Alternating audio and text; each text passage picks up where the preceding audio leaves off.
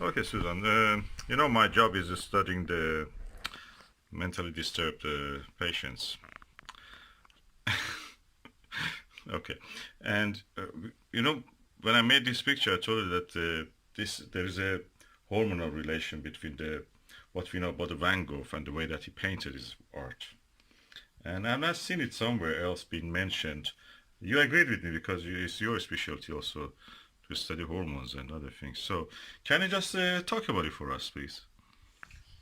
Yes, it's quite evident that if Van Gogh had been around today, he would have been definitely diagnosed as polar depressive, and that means his moods would fluctuate even to the point of suicide, which it did.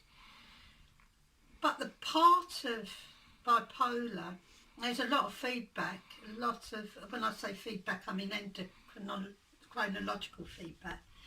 Um, there's a lot of hormones involved, one of which is serotonin.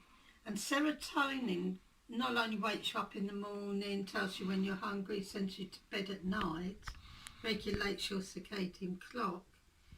It also gives you spatial awareness. It'll let you know when you're, for instance, too big to get through a certain place, or when you're parking, you know you can't park because you'll hit the other car next to it. Oh, that explains driving scares that you see Yeah, sometimes. it's because things would look too big or too small. If you were, for instance, anorexia, women who suffer from anorexia often have, are highly likely to have a serotonin imbalance because they see themselves much bigger than what they are, ineffectively, because they actually see spaces smaller than what they are. And some people will even, maybe some people who are looking into looking at the video right now, you may have times of the day when the room looks longer than normal, or when it looks short, or the ceiling may look higher, or sometimes it feels it's closing in on you. That's your fluctuating serotonin levels doing that. Mm-hmm. Sometimes you wake up in the morning and you think, oh God, look at the size of me. Other times you might think, oh, I've lost weight. When in fact you've done neither. Your clothes fit as they always do. That's an imbalance of serotonin.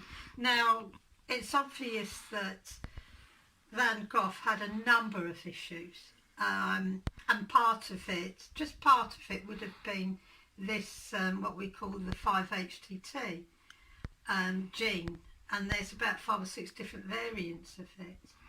So he suffered from an imbalance because when he was looking up to the stars, they looked much, much bigger than what they were.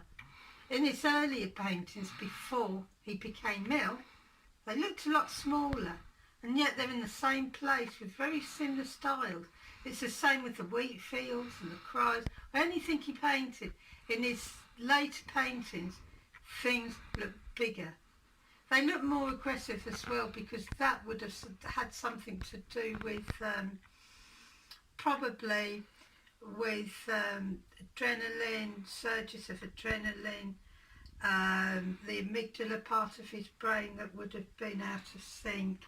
There was a lot of things going on, but I presume that it was the spatial problems that he developed with serotonin that made him paint the stars so big, and the distances looked so far away when they really weren't.